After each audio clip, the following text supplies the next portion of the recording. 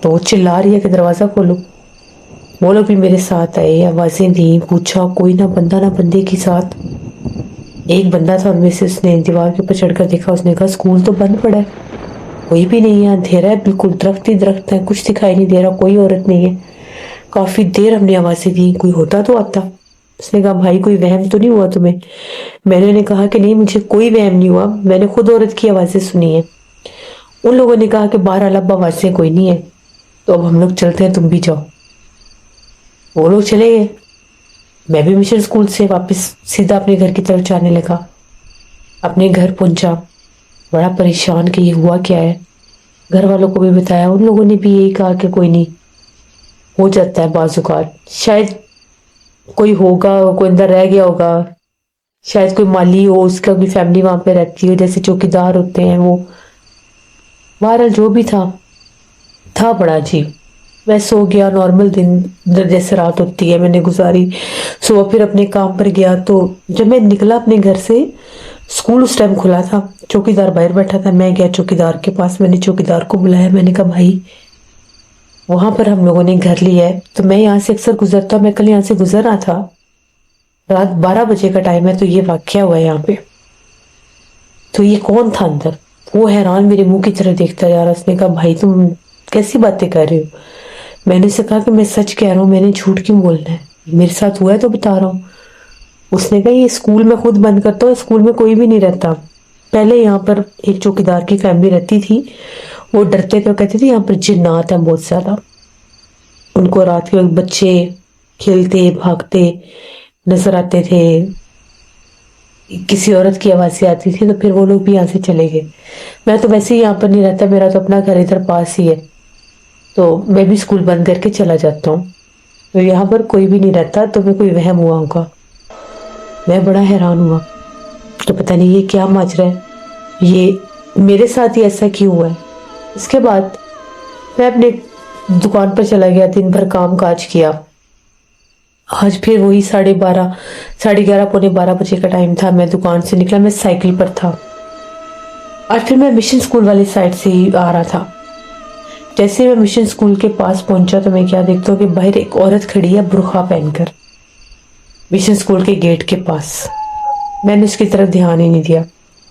میں اپنا سائیکل لے کر جب وہاں سے گزرا, سڑک بالکل خالی تھی. اس عورت نے مجھے آوازیں دینا شروع کر دی, واضح طور پر میرا نام لے کر مجھے پکارنے لگی. میں بڑا پریشان ہو کہ یہ عورت میرا نام کیسے جانتی ہے, اور یہ مجھے آوازیں کیوں دے رہی ہے. بہرحال میں نے ایک دفعہ پلٹ کر دیکھا, وہ وہیں پر کھڑی تھی, جیسے تھوڑی سی آگے آئی. مجھے چوکیدار کی بات یاد آئی کہ اس نے کہا یہاں پر جنات ہیں, تو میں وہاں سے نکل گیا, آگے گیا, اپنے گھر پہنچا. تو گھر کا دروازہ بھی سائیکل کھڑی کر گھر کا دروازہ بند کیا. ابھی ذہن میں داخل نہیں ہوا, باہر سے دستک شروع ہو گئی, جیسے کوئی دروازہ کھٹکھٹا رہا ہے. میں نے پوچھا کون ہے باہر. مجھے پھر عورت کی آواز آئی کہ تم مجھے پیچھے چھوڑ آئے تھے, دروازہ کھولا, میں نے اندر آنا ہے. جب میں نے یہ بات سنی, میرے تو رونگٹے کھڑے ہو گئے, میں بہت ڈر گیا. میں بھاگا اندر. میرے والد صاحب گھر والے جاگ رہے تھے. ان لوگوں نے کہا کہ کون ہے باہر, تم ڈر کیوں رہے ہو؟ میں نے کہا کہ کوئی عورت ہے, وہ پیچھے لگ گئی ہے. چوکیدار نے کہا وہاں پر کوئی ہے نہیں, اور یہ میرے پیچھے لگ گئی ہے, گھر تک آ گئی ہے. ابو نے کہا دروازہ نہیں کھولنا. خاصی دیر وہ ہمارے گھر کا دروازہ کھٹکھٹاتی رہی. میں تو ڈروں بہت زیادہ کہ پتہ نہیں کیا ہے کیا نہیں, کیوں مجھے یہ چیز تنگ کر رہی ہے. اس کے بعد رات تقریباً 1 بجے تک ہمارے دروازے پر دستک ہوئی, بیلز بجتی رہی. ہم لوگوں نے دروازہ نہیں کھولا, نہ ہی جواب دیا. اس رات میں بہت زیادہ ڈرا بھی. جیسے میں سونے کی کوشش کرتا, مجھے ایسا لگتا کہ جیسے کوئی واضح طور پر چل کر میرے قریب آ رہا ہے, اور جیسے میرے کانوں کے پاس آ کر کوئی پھونک مارتا ہے. 2 بار میری آنکھ کھلی, مجھے کوئی نظر نہیں آیا. مجھے لگا شاید میں بہت وہم کر رہا ہوں. میں اٹھا, میں نے ایک کرسی پڑی, پانی پیا, پھر لیٹ گیا. ابھی لیٹا ہی تھا تو ایک دم سے مجھے ایسا لگا کہ جس طرح سے میں جب اپنے بستر پر لیٹا ہوں, تو میرے تکیے پر کسی کا ہاتھ تھا, بہت کالا سا ہاتھ تھا. میں فوراً سے ڈر کے میں نے دیکھا, میں تکیہ اٹھایا, کچھ بھی نہیں تھا. میں تھوڑا سا ڈرنے لگ گیا. میں اکیلا سوتا تھا, شروع سے میری عادت تھی. امی ابو بہن بھائی سارے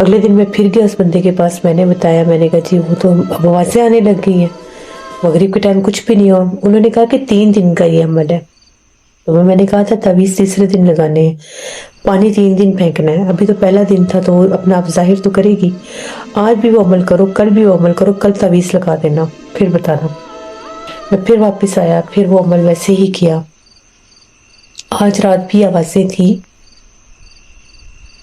اور ساتھ ایسے تھے جیسے دستک بھی ہے کسی دروازے پر. سمجھ بھی نہیں آتا تھا کس دروازے پر دستک ہے. تیسرے دن یہ عمل پھر کیا. تیسرے دن جب عمل کیا تو انہوں نے کہا تھا کہ چھینٹے مار کر گھر میں تعویذ بھی لگا دینا, وہ بھی لگا دیے. اس دن ہمارے گھر کا دروازہ بہت زور سے کسی نے بند کیا. اتنی زور سے بند کیا تھا کہ ایک دفعہ تو ہمیں لگا کہ شاید گیٹ ٹوٹ گیا ہوگا. مغرب کی اذانیں جب ختم ہوئی تو جا کر دیکھا گیٹ ٹھیک تھا, ایک سائڈ سے ٹیڑھا ہو گیا تھا, اتنی زور سے بند ہوا تھا, لوہے کا گیٹ تھا. اس رات کوئی آواز نہیں آئی ہمارے گھر سے کسی قسم کی بھی. ہم نے اللہ کا شکر ادا کیا کہ شاید اب جان چھوٹ گئی ہے. لیکن اس رات گھر کے اندر سے آوازیں نہیں تھی, باہر ایسا لگتا تھا کوئی ہے. تھوڑی تھوڑی دستک ہوتی تھی, تھوڑی دیر کے بعد گیٹ کے اوپر جیسے کوئی گیٹ پر نوکنگ کرتا ہے. میں نے اگلے دن جا کر بتایا, انہوں نے کہا تمہارے گھر سے نکل گئی ہے, تمہارے گھر میں نہیں اب وہ آ سکتی, نہ ہی تم لوگوں کے نزدیک آئے گی. تم نے کچھ عرصہ سڑک سے نہیں گزرنا, مشن اسکول والی سڑک سے نہیں گزرنا, کیونکہ وہاں پر اس کا بسیرا ہے, وہ وہاں کی مخلوق ہے. دوبارہ گزرو گے تو تمہارے پیچھے آنے کی کوشش کرے گی. اور کچھ عرصہ تم نے جب اپنی شاپ پر بھی جانا ہے تو تم کوشش کرو کہ دیر رات کے واپس نہ آؤ, اپنا کچھ عرصہ خیال رکھنا. میں نے کہا کہ ٹھیک ہے. پھر میں نے ایسے ہی کیا. تقریباً 2-3 ماہ تو میں سڑک سے گزرا ہی نہیں. لیکن جس راستے سے میں گزرتا تھا, جب میں 16 بلاک میں داخل ہوتا تھا, مجھے اکثر کسی نہ کسی کونے پر وہ برقع پوش عورت نظر آتی تھی. پھر میں مغرب سے بھی پہلے گھر آنے لگ گیا, مجبوری تھی میری. مغرب سے پہلے جب آنے لگ گیا پھر مجھے نظر نہیں آتی تھی. پھر آہستہ آہستہ آہستہ اس نے میری جان چھوڑ دی. تو یہ میری ایک کہانی تھی, یہ میرے ساتھ ہوا وہاں پر اس سڑک پر جو اپنے 16 بلاک میں گھر لیا. بعد میں پتہ چلا تھا کہ بہت سے لوگ وہاں سے ڈرتے تھے اکثر, کیونکہ بہت قدیم پرانا وہ اسکول ہے, اتنے بڑے بڑے گھنے وہاں پر درخت ہیں. مجھے تو اب یہ بھی نہیں پتا کہ اب وہ اسکول ہے یا نہیں, لیکن جب وہ تھا تب میرے ساتھ یہ ہوا تھا. میں کبھی بھی اس کہانی کو بھول نہیں سکتا. اس گھر میں ہم لوگ 5 سال رہے, پھر ہم لوگوں نے اپنا گھر بنا لیا مقام یاد میں, تو وہ جگہ ہم نے چھوڑ دی. اتنا اس کا وہ جگہ سیف زدہ تھی کہ اکثر جو وہاں پر ٹال تھا وہ لوگ بھی بتاتے تھے, لکڑیوں کا ٹال تھا, وہ بھی بتاتے تھے کہ ہمیں مشن اسکول کی طرف سے آوازیں آتی ہیں, دیر رات کے اکثر آوازیں آتی ہیں. تو یہ کہانی تھی میری جو میں نے آپ کے ساتھ شیئر کی. بہت شکریہ ابراہیم آپ کا. جیسے جس جگہ پر جنات ہوتے ہیں, بعض اوقات رات کے وقت مخلوقات اپنا آپ ظاہر کرتی ہیں, تو اکثر ان لوگوں کو نظر آتی ہیں جو وہاں سے گزرے, جو گزر رہے ہوں, جو راستے میں ہوں, تو پھر ان کو وہ ڈراتی بھی ہیں, تنگ بھی کرتی ہیں. کبھی بھی کسی ایسی جگہ سے آپ گزرے جہاں پر اس ٹائم کوئی انسان ہونے کا آپ لوگوں کو خدشہ نہ ہو, تو کوئی کسی آواز پر آپ لوگوں نے کبھی بھی رپلائی نہیں کرنا. جب بھی ایسے ویران راستوں سے گزرے تو کرسی درود پاک چاروں کل پڑھ کر حصار کر کے گزرنا چاہیے کہ وہ مخلوقات آپ کے پیچھے نہ آئیں. ہمیشہ ان سٹوریز سے اپنے لیے ایک لیسن لیا کریں. یہ تھی آج کی روشین اسکری سٹوری کی نیو ایپیسوڈ. آئی ہوپ آپ لوگوں کو اچھی لگی ہوگی. اپنا فیڈ بیک مجھے ضرور دیں.